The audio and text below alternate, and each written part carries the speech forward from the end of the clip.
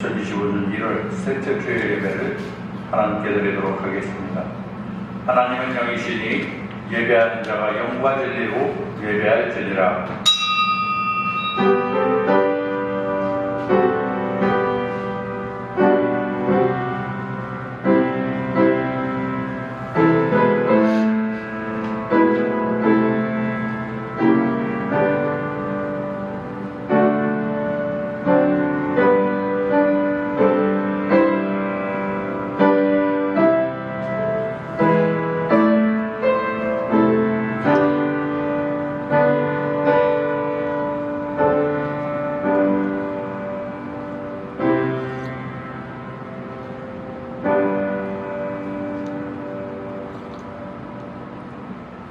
온 백성은 기쁘고 즐겁게 노래할지니 주는 민족들을 공평히 심판하시며 땅 위의 나라들을 다스리실 것임이니이다.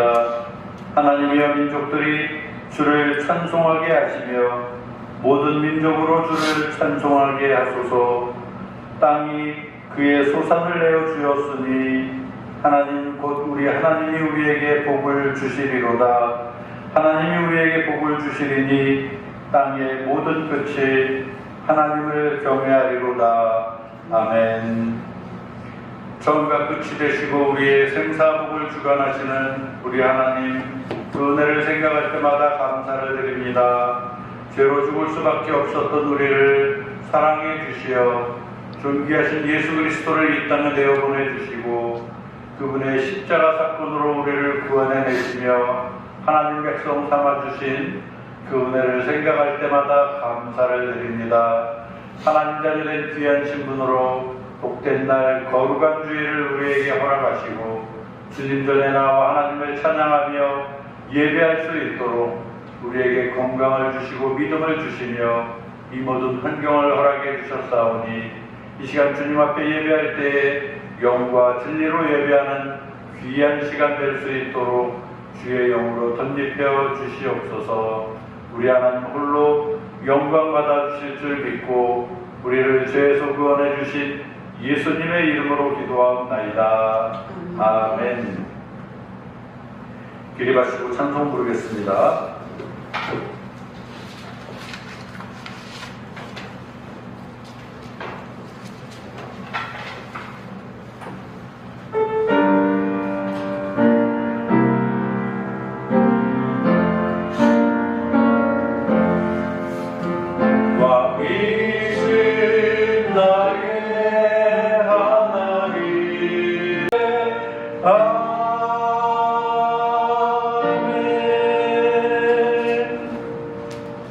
교동은 3번 시편 4편 말씀.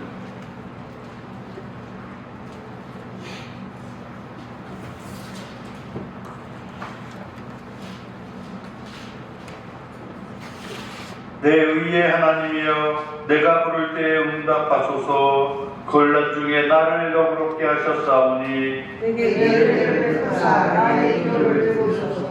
인생들아 어느 때까지 나의 영광을 바꾸어 욕되게 하며 여호와께서 자기를 위하여 경건한 자를 택하신 줄 너희가 알지어다.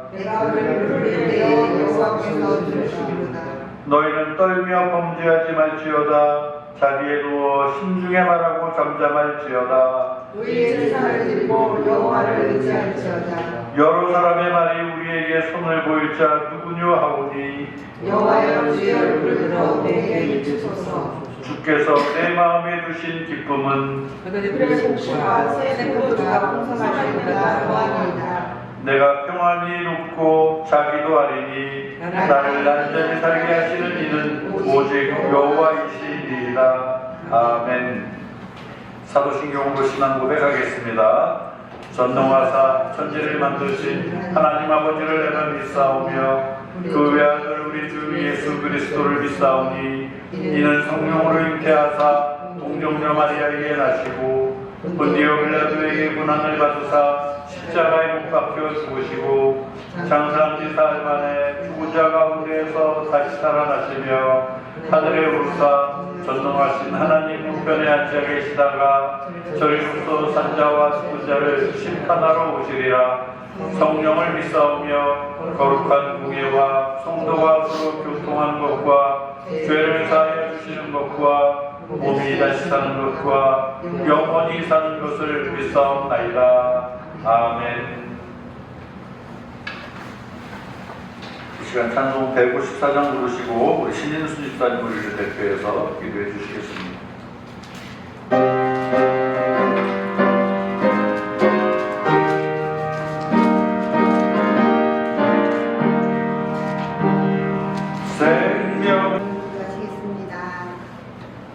생명을 주시고 이 땅에서의 시간을 허락하신 주 하나님, 오늘 주의 거룩한 날 우리를 주님의 성전으로 인도하시니 참으로 감사합니다. 주님의 은혜와 사랑이 항상 넘치게 하시고 이 예배를 통해 하나님을 깊이 만나며 우리의 마음이 주님께 온전히 드려지게 하시옵소서. 사랑의 주님, 이 시간 우리 교회를 위해 기도합니다. 우리 교회가 세상을 향하여 빛과 소금의 사명을 잘 감당하게 하시옵소서. 복음을 힘써 전하고 예수님의 생명으로 많은 이들이 돌아오게 하는 방주와 같은 교회가 되게 하시옵소서. 사랑의 하나님, 우리 교회 성도님들을 위해 기도드립니다. 이 시간 우리가 함께 모여 하나님께 영광의 예배를 드릴 수 있도록 시간을 허락하여 주시네 감사합니다.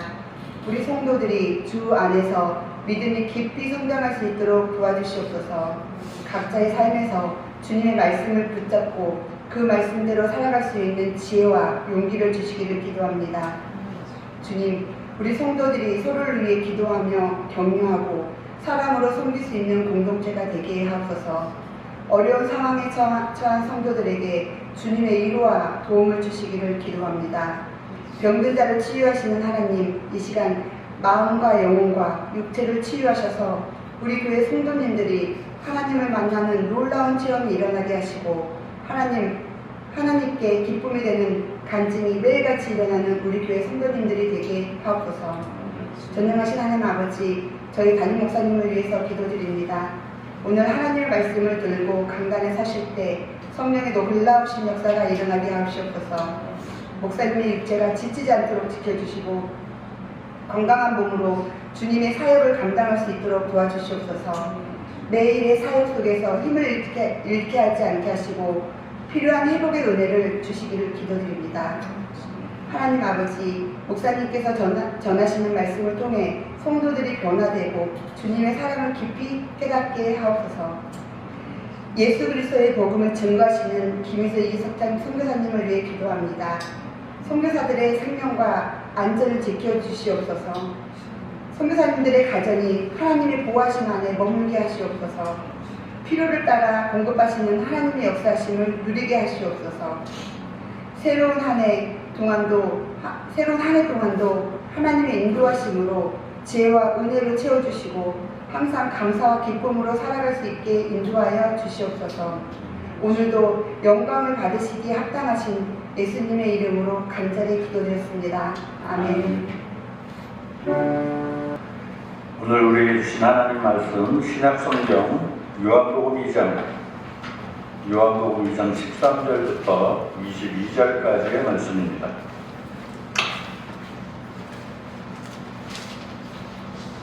요한복음 2장 13절부터 22절까지의 말씀 우리 한 절씩 교도하도록 하겠습니다. 제가 먼저 요한복음 2장 13절 말씀을 읽겠습니다.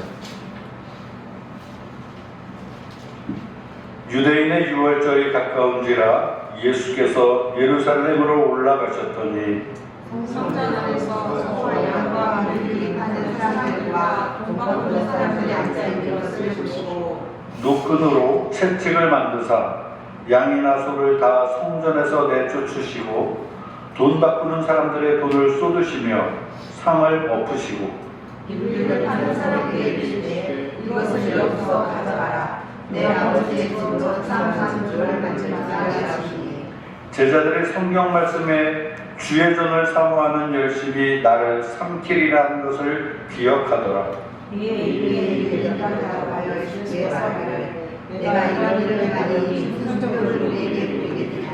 예수께서 대답하여 이르시되 너희가 이 성전을 헐라 내가 사흘 동안에 일으키리라.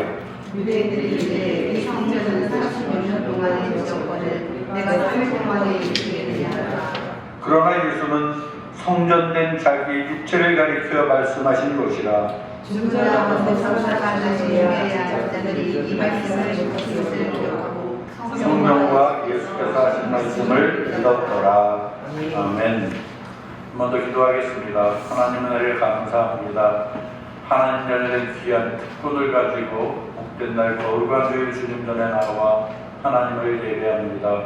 이 시간 특별히 성령의 감동으로 기록된 주님의 말씀, 우리가 또한 성령의 감동으로 잘 깨닫게 하시고 우리의 삶 가운데 이 말씀을 잘 적용하며 실천할 수 있도록 용기와 믿음을 허락하여 주시기를 원합니다. 감사드리며 예수님의 이름으로 기도하옵나이다. 아멘. 할렐루야.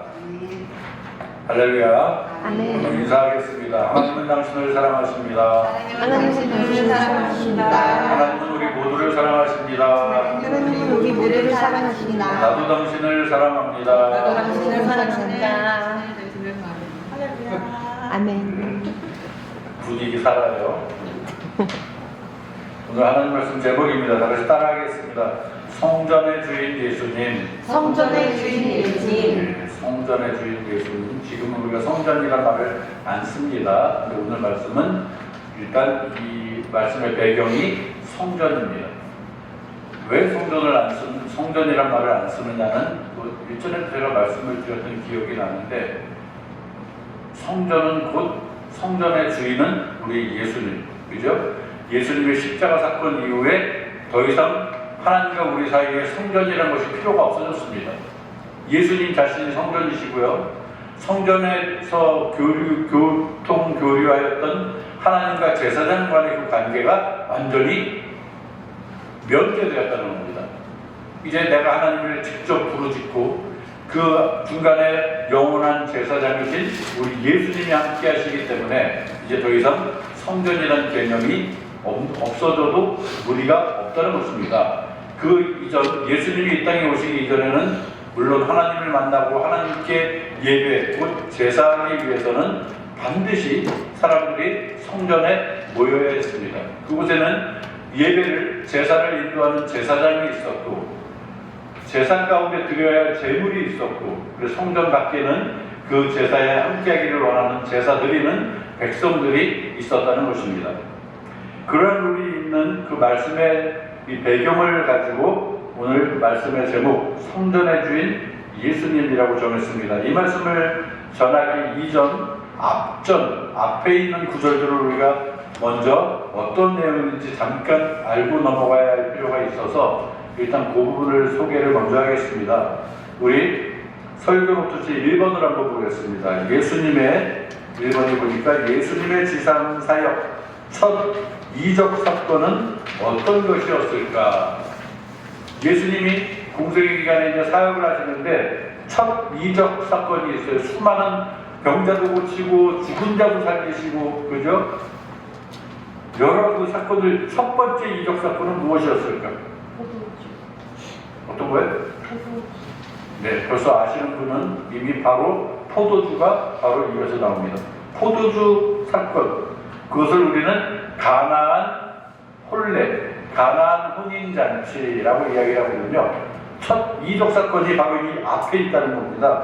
요한복음 2장 1절부터 우리가 지금 본문으로 정한 이 12절 2절까지의 말씀이 예수님이 첫 번째 이적을 일으켰던 사건. 어떠한 일이 있었냐면 구절들을 여러분 자세히 읽어보시면 알겠지만 어떤 혼인잔치에 예수님과 가족들이 초청을 받은 것 같아요.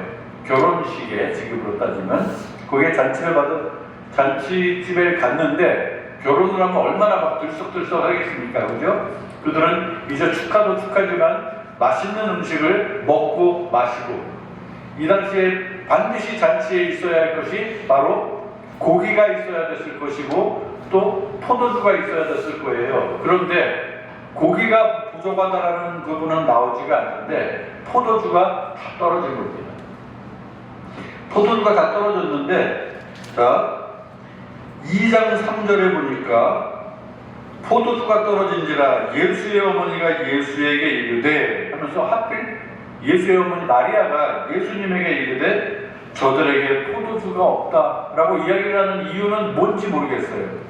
이미 예수님이 이적을 아직 나타내신 적도 없는데 성경 기록에 의하면.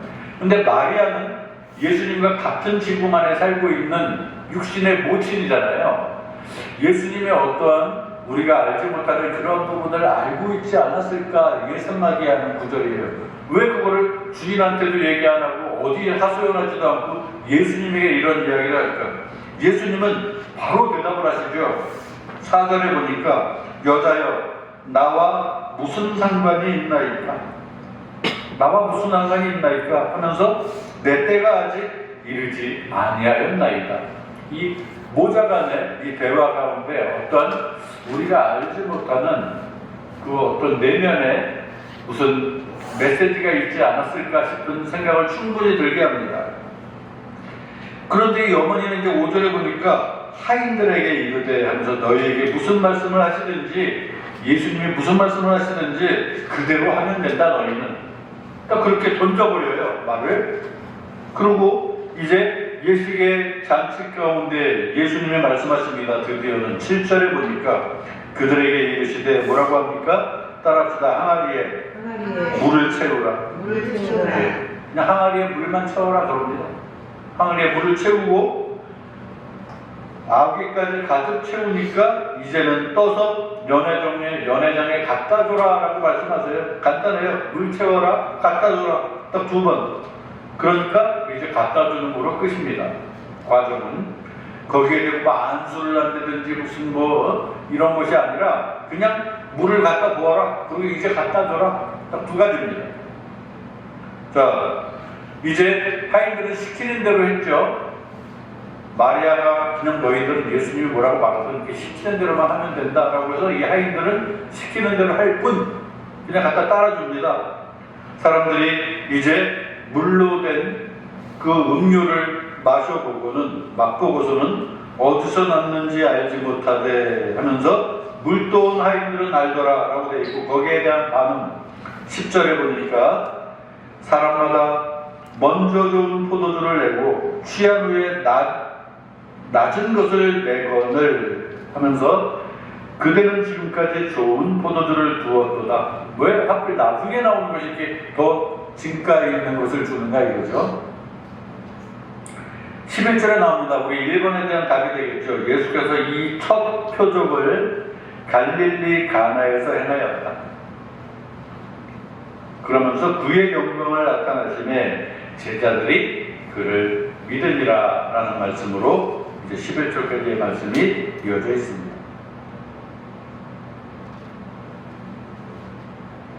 이것은 단순한 어떤 물질적인 변형이 아니라 여기에 대해서 우리는 어떻게 생각하냐면 구시대와 새시대의 대조를 보여주는 그 의미가 이곳에 있다라고 우리 성경학자들은 그렇게 확신하고 있습니다. 특히 10절에 보니까 나중 포도주가 주었다라고 하는 말씀은 무엇이냐면 곧 새시대의 우월성, 예수님이 이 땅에 오신, 예수님이 활동하시는, 사역하시는 그것에 대한 우월성, 그 이전 제사장 시대 하나님께 직접 예배하던, 직접 하지 못하고 제사장을 통해 제사 드렸던 그 시대를 이제 뛰어넘는 새 계명을 받고 예수 그리스도를 중심으로 우리가 하나님을 만나는 그 새로운 그 가슴 벅찬 그 시대가 도래하였다라는 부분.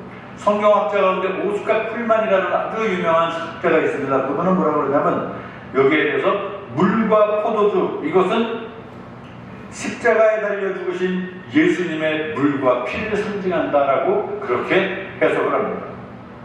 왜 새 시대가 우월합니까? 분명한 것은 이제 예수님의 시대라는 것. 우리 뭐 이영주 목사님들 예전에 말씀을 드렸듯이 예수님이 있던 시대, 예수님이 이 땅에 오시기 이전 시대를 우리는 나눈다고 하지 않았습니까? 예수님이 오신 이후로 오늘이 2025년 1월 며칠 날. 과연 그분은 누구시길래 구시대와 새 시대를 구분짓는 그 중심 가운데 있으신 것인가?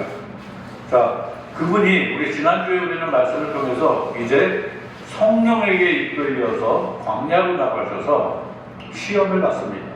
그렇죠? 세 가지 시험을 능히 이겨내시고 이제 공생의 사역을 본격적으로 치르는 그 가운데에 가나안 혼인잔치에 가서 이적을 베푸시고 그 다음 이 오늘 말씀 성경의 저자 요한은 가나 혼인잔치를 이어서 오늘 말씀을 읽는 이 이유가 무엇일까? 우리는 쉽게 짐작하건대 구시대와 새시대, 그러면 구시대의 산물인 성전을 개혁하는 그 메시지가 계속 이어지고 있다는 것을 우리는 짐작할 수 있습니다. 성전 청결 사건에 이어서 물과 포도주가 구시대와 새시대를 비교했다면 이제 예수님은 공생의 사역 당시 구시대를 대표하는 기관, 곧 이 성전을 개혁하기 시작합니다. 사도 요한의 복음서가 포도주 사건에서 성전 사건을 이어서 기록하였다면 물과 포도주로 바꾼 사건은 새시대가 열림을 상징적으로 보여준 사건이고 더 나아가 오늘 우리가 읽은 본문 말씀 성전 청결 사건은 이것을 구체화한 사건이었다라고 우리가 메시지를 받아들여도 무리가 없을 정도의 귀한 말씀이 될 것입니다. 예수님의 죽으심으로 인해 물과 피를 흘리신 사건, 그것이 물이 포도주로 변했다? 이것과 짝을 이루는 사건, 바로 성전 사건. 여기에 대한 결말은 예수님의 부활로 인해 모든 것이 완벽하게 온전해지는 그러한 일들로 결과를 맺지 않습니까? 우리 21절 말씀을 미리 한번 보면은 요한복음 2장 21절을 미리 한번 보면은 거기에 뭐라고 되어 있냐면 그러나 예수는 성전된 자기 육체를 가리켜 말씀하신 것이다 라고 말씀하고 있어요. 성전은 곧 예수님의 육체다. 그 모체가 오늘 우리 교회에도 그렇게 쭉 이어져 있습니다. 우리가 항상 그렇게 고백하지 않습니까? 교회의 머리는 누구? 예수님. 그죠? 교회의 주인은 누구? 저기 세무서나 서대문구청에 가보면 우리 건물은 대한예수교장로회 홍대 우리 교회로 되어 있고요. 우리 대표자 장복만 위해서 마치 저를 주인같이 그렇게 대하는데 모든 교회에 있어서 분명한 것은 세상적인 그 부동산법, 뭐 세금법 이런 것을 떠나서 우리가 정말 하나님 안에서 믿는 사람이라면 예수 그리스도를 나의 구주로 영접한 우리 교인들로 이루어진 교회라면 우리는 이 교회의 주인은 언제든지 우리 주님 예수 그리스도로 임을 고백하고 그 자부심을 가지고 믿을 만한 우리 주님께서 우리 교회의 주인 되신다는 그 사실을 마음 가운데 확신하고 자부하시며 그 사실로 기뻐하시는 우리 모두가 되었으면 좋겠습니다. 이제 본문 말씀을 한번 본격적으로 들어가 보겠습니다. 우리 1번 말씀은 여러분 답을 잘 적으셨을 것이고요. 6월절이 가까워왔습니다. 6월절이 가까워왔는데 우리 6월절이 가까웠다 그러면 지지난주인가요? 그 전주에 우리가 한번 말씀을 또 나눈 적이 있어요. 어떤 말씀을 나눴냐면 소년 예수님 기억하십니까?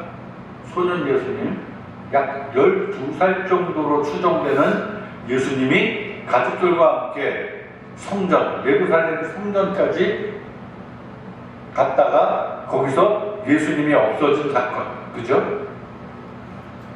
한참을 오다 보니까 예수님이 보이지 않는 거예요. 마리아가 요셉이 우리 아들 예수 어디 있을까? 뒷사람들한테 긴 행렬 가운데 물어도 없는 거예요. 뒤로 가보고 앞에도 뒤져봐도 없고 그래서 다시 성전까지 가게 됩니다. 그러자 성전에 갔더니 결국 거기서 뭔가 사람들에 둘러싸여 있는 예수님, 거기에 있는 수많은 성경 전문가들과 둘러앉아서 서로 논하면서 묻기도 하고 답하기도 하시는 예수님. 지난번에 우리가 말씀을 나눴던 그 기억이 납니다. 그럴 때 예수님을 본 마리아가 네가 어떻게 여기 있느냐, 왜 우리를 속을 썩였느냐, 너 찾아서 우리가 얼마나 헤맨 줄 아니?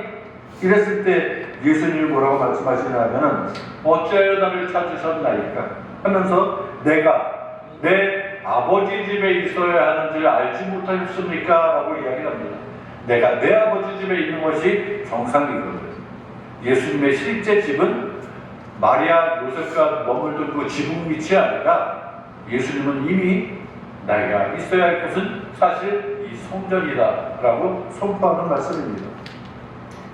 거기에 대해서 그 다음 부분은 그 부모는 그 말씀을 그 즉시 이해하지 못하였다라고 그렇게 기록이 돼서 그 말씀이 맺게 되는데, 그렇다면 과연 예수님은 누구일까? 올 한 해 2025년이 되면서 이미 아실 분들은 다 아셨겠지만 1월부터 제가 복음서를 중심으로 이렇게 계속 말씀을 나누고 있습니다. 지난 성탄절부터 좀 따지고 보면 아마 목사님들이 한 해의 설교를 어떻게 했으면 좋을까라고 스케줄을 짤 때 보통 그렇게 했답니다. 성탄절을 중심으로 해서 예수님이 이제 났었잖아요. 그러면 그 다음 주부터는 자연스럽게 예수님의 소년 시절, 그 다음 성장 시절, 그리고 이제 공생의 사역, 이러한 부분으로 해서 거의 4월까지는 예수님이 십자가 사건으로 이루어집니다. 4월 달에는 무슨 날이 있습니까? 우리 교회의 최대 축제일인 부활절이 있거든요. 그때까지 예수님의 부활 메시지까지 쭉 이어가는 그런 패턴으로 설교를 짜고 있어요. 저도 아마 이렇게 제가 지난 한 2주 동안에 우리 목사님들하고 같이 목회대학원에서 같이 공부를 하면서 목사님들 서로 그렇게 물어보거든요. 목사들끼리 만나면 요즘 무슨 설교예요? 저한테 먼저 같이 있던 목사님이 여쭤보시길래 저는 복음서를 가지고 설교를 하고 있습니다. 성탄절부터 하시는 거죠. 똑같네. 이렇게 얘기할 정도로 말씀이 그렇게 이어지는 패턴으로 가고 있다는 사실입니다. 자, 다시 말씀으로 돌아가서 과연 예수님은 누구실까? 성전의 주인, 내가 여기에 있어야 할 줄 알지 못하셨나이까? 라고 했던 그 예수님이 이제 성장하셔서 본격적으로 사역하기 위해서 성전에 들어오십니다. 매년 6월절이면 온 지방에서 모든 사람들이 예루살렘 성전으로 몰려들게 되어 있습니다. 거기에 몰려서 이제 하나님께 제사를 드리는 겁니다. 예배 드리기 위해서 모이는 겁니다. 6월절을 기념으로 드리는 거예요. 앞서 말씀드렸지만 6월절은 무엇이냐면 그 모체는 어디에 있냐면 과거 이스라엘 백성이 애굽 땅을 탈출한 사건, 그죠? 애굽의 종살이 하였다가 모세를 중심으로 이스라엘 백성들이 그곳을 나오게 됩니다. 10가지 재앙도 이들은 면하게 되고 마지막 재앙, 특히 각 집마다 죽음의 사신이 넘나들 때 문설주의 피를 바른 하나님 백성들은 그 모든 저주를 면하게 되었어요. 그래서 죄가 넘어간다. 6월이라는 뜻으로 해서 6월절. 이날이 되면 이스라엘 백성들은 어김없이 그때 먹었던 음식들을 먹고 그때 그 일들을 기념하여서 양의 피를 떠올리며 하나님께 제사하는 이스라엘 최대 명절이기도 하였습니다. 그들은 빈손으로 오지 않았습니다. 항상 올 때는 어떻게 하나님께 드릴 재물을 가지고 왔다. 우리 주보를 한번 보겠습니다. 2번 12세 소년 예수님이 성전에서 하셨던 말씀을 쓰시오라고 먼저 말씀드렸는데 이미 센스 있는 분은 벌써 적으셨겠죠. 뭐라고 적으셨냐면 어째 나를 찾으셨나이까 하면서 내가 내 아버지 집에 있어야 될 줄을 알지 못하였나이까 라는 말씀을 적으시면 되겠고요. 3번 문제, 그렇다면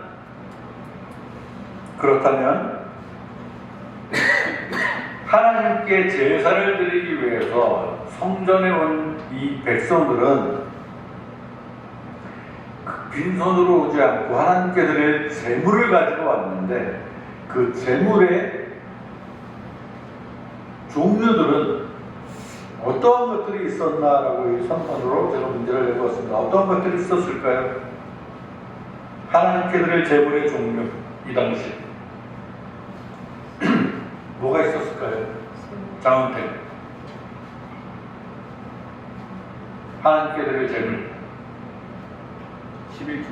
예? 11주. 11조요? 아닙니다. 11조는 짐승들과 독시.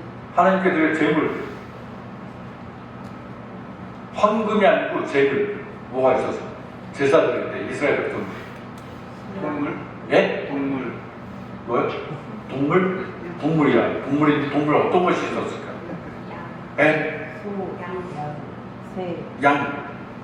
또 뭐 있었을까? 비둘기.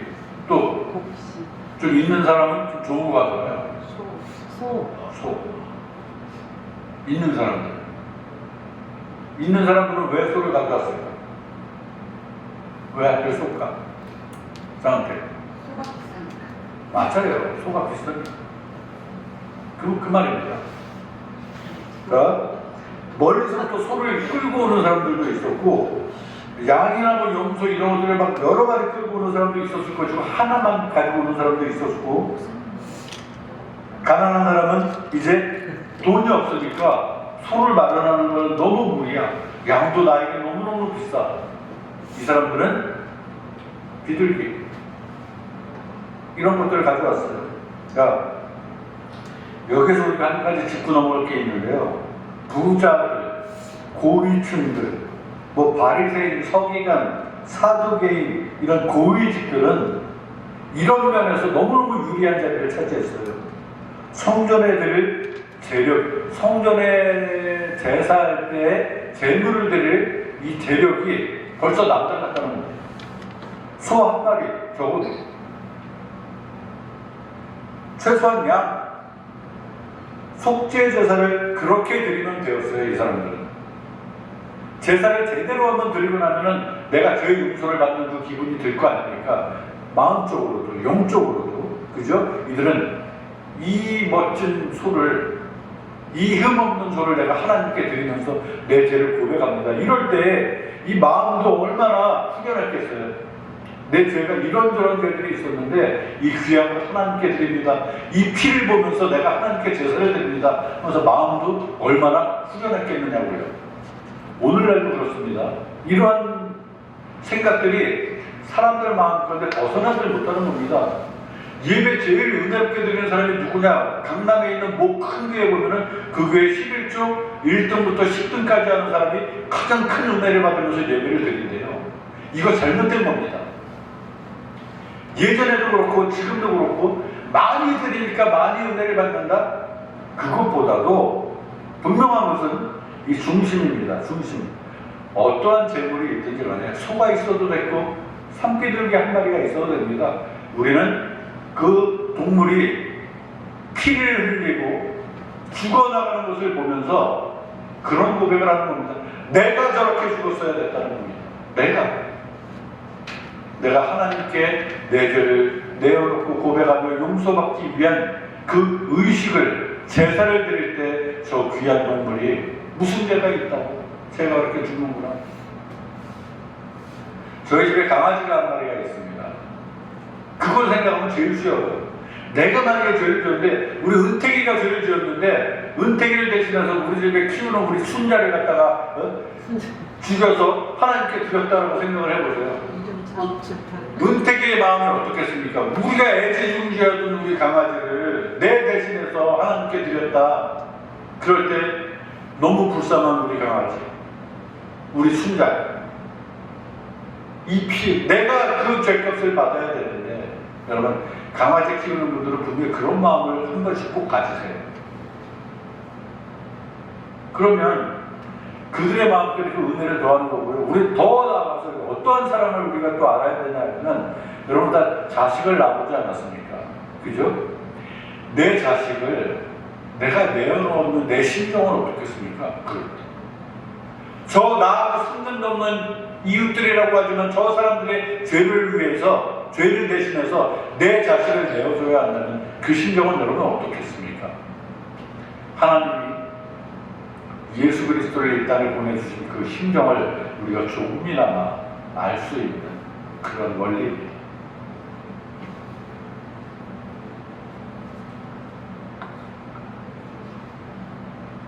부자는 그렇게 신앙생활을 하면 영적으로 충만한데 이것은 우리의 개념이고 이건 분명히 깨져야 된다는 거예요. 더 나아가서 큰맘 먹고 무엇을 가져왔든지 하나님은 일단 흠없는 동물을 원하실 때 무엇이 있는 게 흠없는 거예요.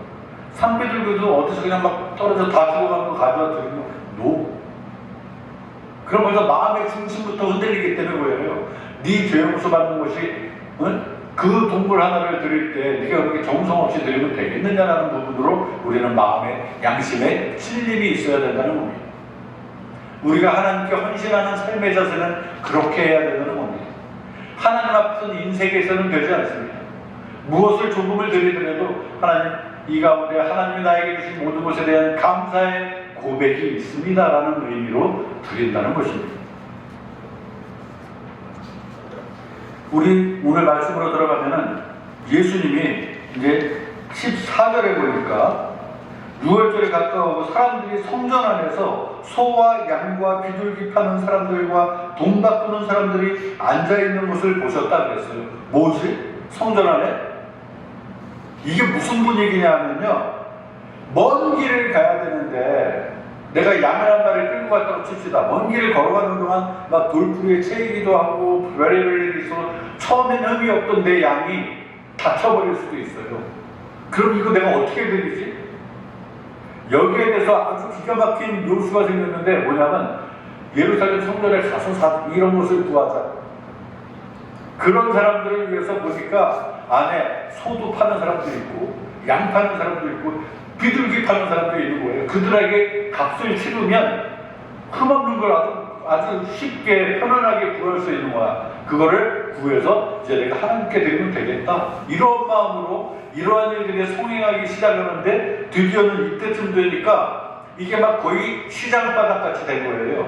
예루살렘 성전이 시장, 자 여기 소 한 마리 사세요. 그러니까 뭐 저기서 100 얼마예요? 그러니까 100만 원. 좀 깎아주시면 안 돼요? 막 이러면서 알았어 90만 원. 그럼 옆에 있는 사람, 아니 왜 그 100만 원 주고 살게요? 그럼 장사하는 사람은 또 머뭇거릴 거 아닙니까? 여기서 뭐 150만 원 이렇게 될 수도 있고요. 막 장사하는 그런 분위기로 바뀐 겁니다. 지금 분위기가. 예수님이 그 모습을 보시고 여기에서부터 예수님이 화가 나신 거예요. 11절 봅시다. 11절 우선 제일 먼저 하신 일이 노끈으로 채찍을 만드셨습니다. 바로 야 너희들 이거 뭐 하는 거야 하면서 막 난리를 치신 게 아니라 노끈을 만드실 만큼의 여유를 가지셨어요. 노끈으로 채찍을 만드시고 그 다음에 어떡하냐면 그것으로 양이나 소를 치겠죠. 다 나가. 여기서 다 나가라. 무조건 쫓아내는 거예요. 장사하는 사람은 얼마나 놀랐겠습니까? 아니 내가 팔 물건을 누군가가 나타나서 바깥으로 내어 쫓다니 싸움이 날 수 있는 분위기거든요. 그런데 그걸 제지할 수 있는 사람은 말씀상으로 보면 아무도 없었습니다. 왜 그럴까? 저는 이거 쉽게 생각합니다. 뭐냐면 예수님의 어떤 카리스마, 어떤 그 포스가 분명히 사람들을 압도하였을 것이고 누구나 이 일에 관여하지 못했을 것이라는 겁니다. 자, 모든 것을 다 내어 쫓습니다. 그러면서 16절에 보니까 비둘기 파는 사람들에게 이르시되 하면서 이것을 여기서 가져가라. 내 아버지의 집으로 장사하는 집을 만들지 말라 라고 예수님이 말씀하십니다. 그러면서 이제 장사하는 그 분위기를 완전히 바꿔버리신 거예요. 여기에 대해서 이제 18절을 보면 유대인들이 대답하여 예수께 말하기를 뭐라고 되어 있습니까? 내가 이런 일을 행하니 무슨 표적을 우리에게 보이겠느냐? 너 여기에 대해서 너 왜 이러는 거냐? 무슨 뜻이냐면 네가 무슨 자격으로 지금 이러고 있느냐? 네가 무슨 자격으로 이러고 있는지 모르겠지만 네가 그런 자격에 있는 능력자임을 우리에게 증명해 보여라. 안 그러면 가만 안 둔다 이거예요.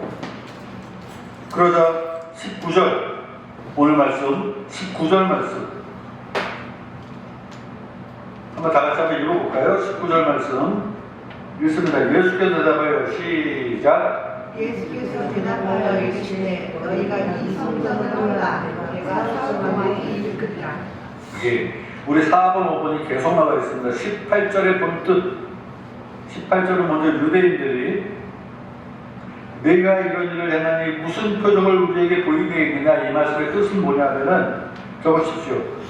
네가 무슨 자격으로 일어났는지 몰라도, 네가 무슨 자격으로 일어났는지 몰라도 네가 그런 자격이 있는 능력자임을 보여봐라 라는 뜻입니다.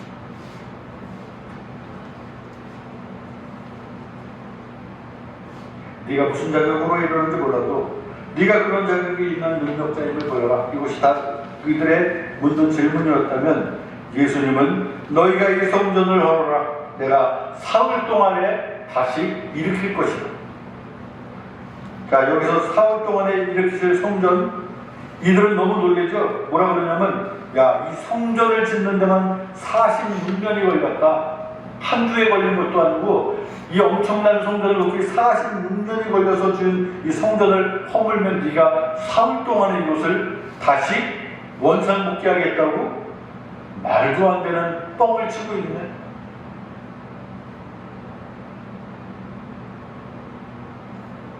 무슨 뜻입니까? 답이 나오잖아요. 19절 21절에 나옵니다. 예수는 성전된 자기 육체를 가리켜 말씀하신 것이다. 어떠한 이적을 통해서 벽돌이 무너진 것을 다시 세운다는 것이 아니고요. 여기에는 그보다 더 중요한 메시지가 있다는 거예요.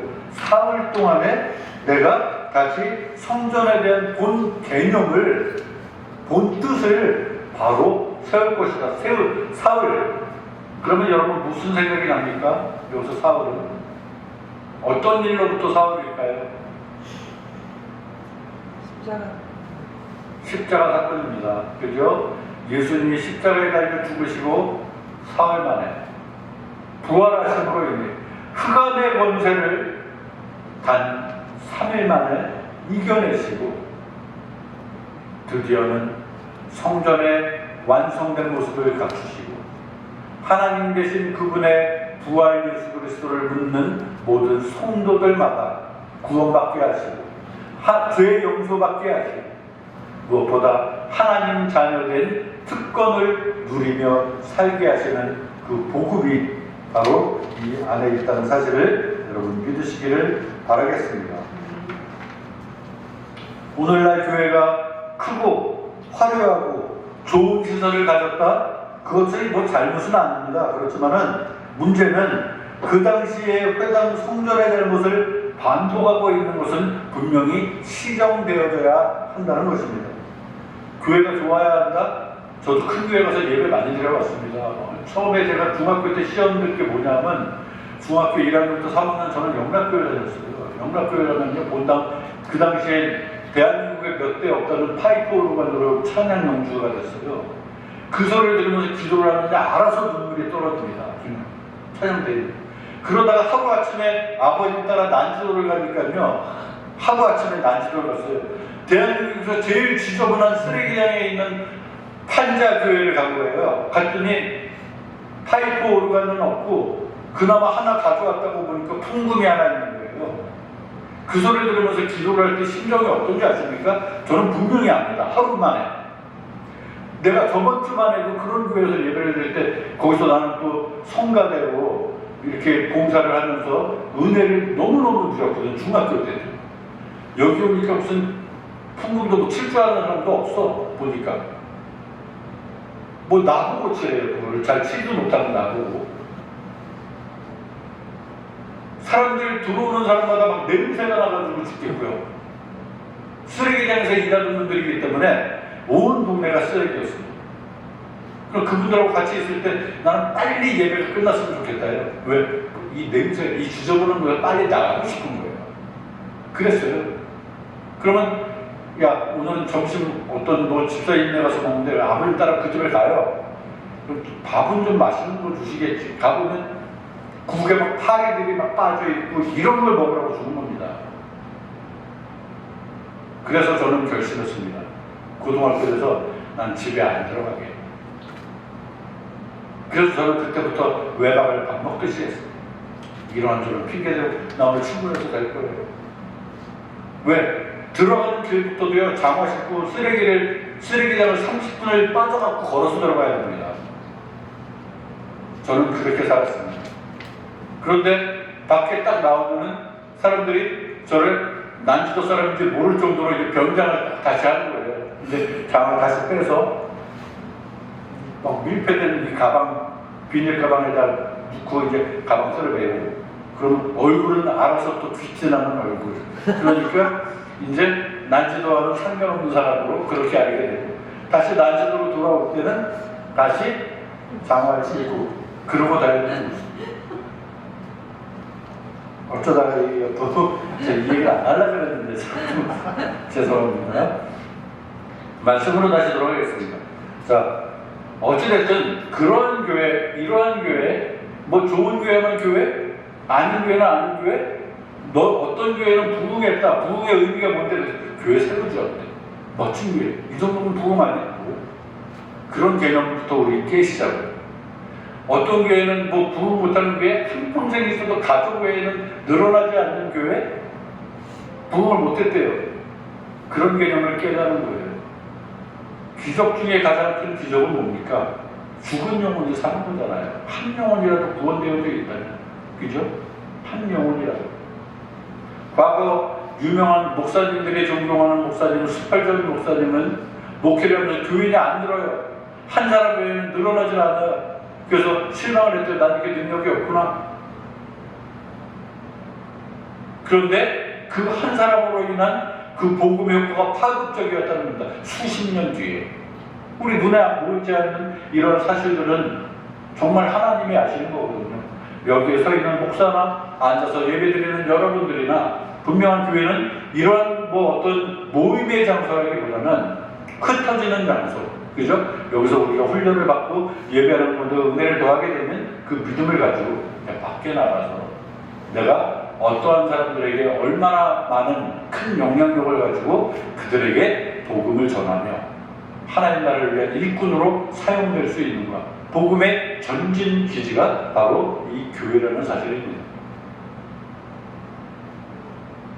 성전의 참임이 한마디로 말씀드리면 사흘 만에 흑암의 권세를 물리치시고 죽음에서 부활하신 새 생명력, 그것을 가지고 그분과 한 몸을 이루며 구원을 이루어 나가는 예수님이 교회의 머리라는 저와 여러분은 그분의 손, 발, 입, 눈, 귀, 우리 모두가 예수님과 교제하는 그러한 완성체라는 사실을 여러분 믿으시기를 바라겠습니다. 오늘 말씀 이제 21절, 22절 부분을 우리 한번 읽고 오늘 말씀을 마치도록 하겠습니다. 21절, 22절 같이 한번. 그러나 예수는 시작. 그러나 예수는 성전의 자기 제를 가리켜 말씀하신 것이다. 죽은 자 가운데서 살아나신 후에야 제자들이 이 말씀하신 것을 기억하고 성경과 예수께서 하신 말씀을 믿었더라. 예, 이때까지는 아직 십자가 사건을 치르시기 전이기 때문에 그 말씀이 무슨 말씀이셨지라고 했던 제자들도 비로소 예수님이 죽은 자 가운데서 살아나신 이후에 그 말씀의 진리가 이것이었구나 라고 하면서 이들은 깨닫는 겁니다. 46년이나 걸려서 지어진 웅장한 성전이었지만 그것이 3일 만에 세워진다? 그 성전의 의미, 여기에 주인은 우리 예수님이셨지. 하나님 되신 그분이 이 땅에 오신, 그리고 이제 우리와 직접 교류하는 예수님만 계시면 그곳이 어디나 성전인 거예요. 어디나 교회인 거예요. 아멘.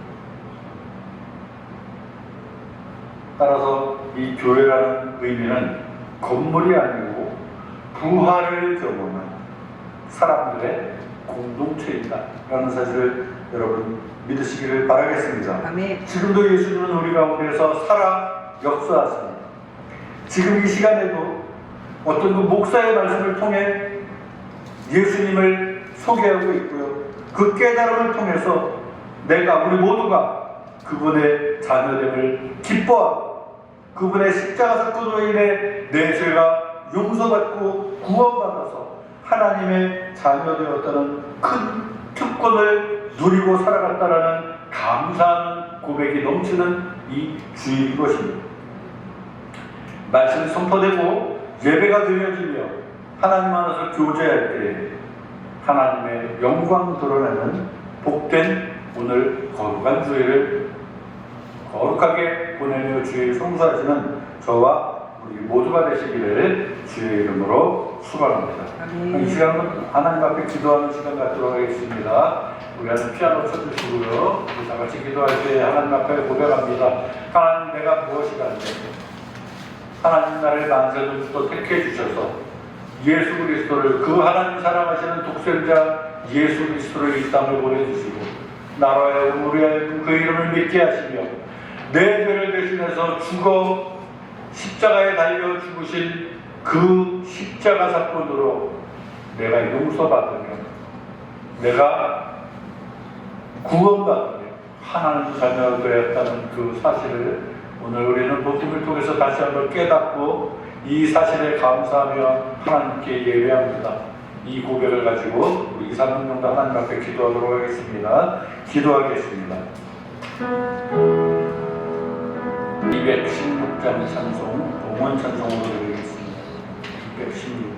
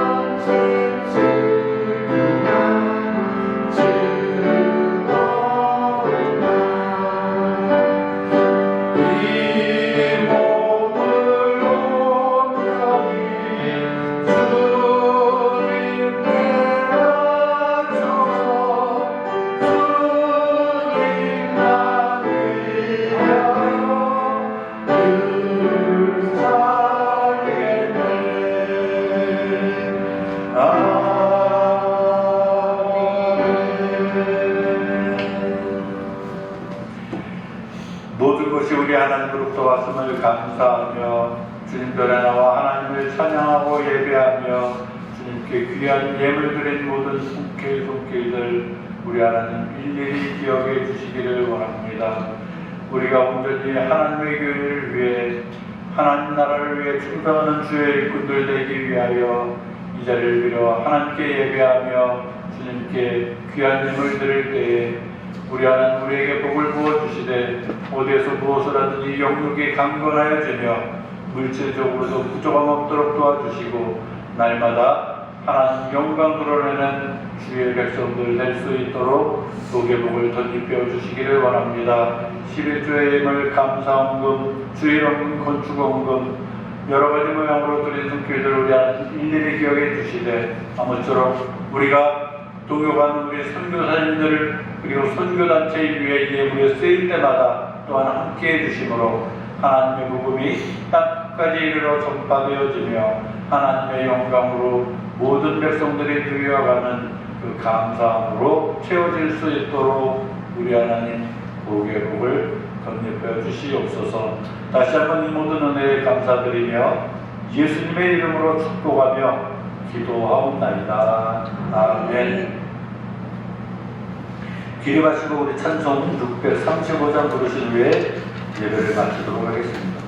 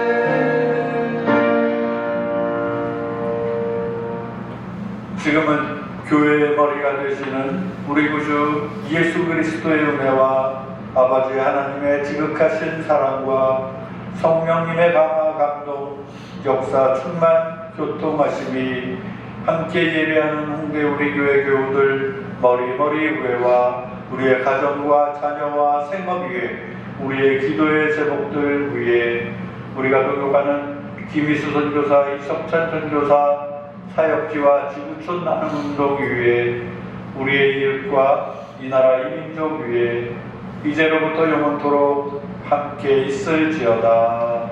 아멘.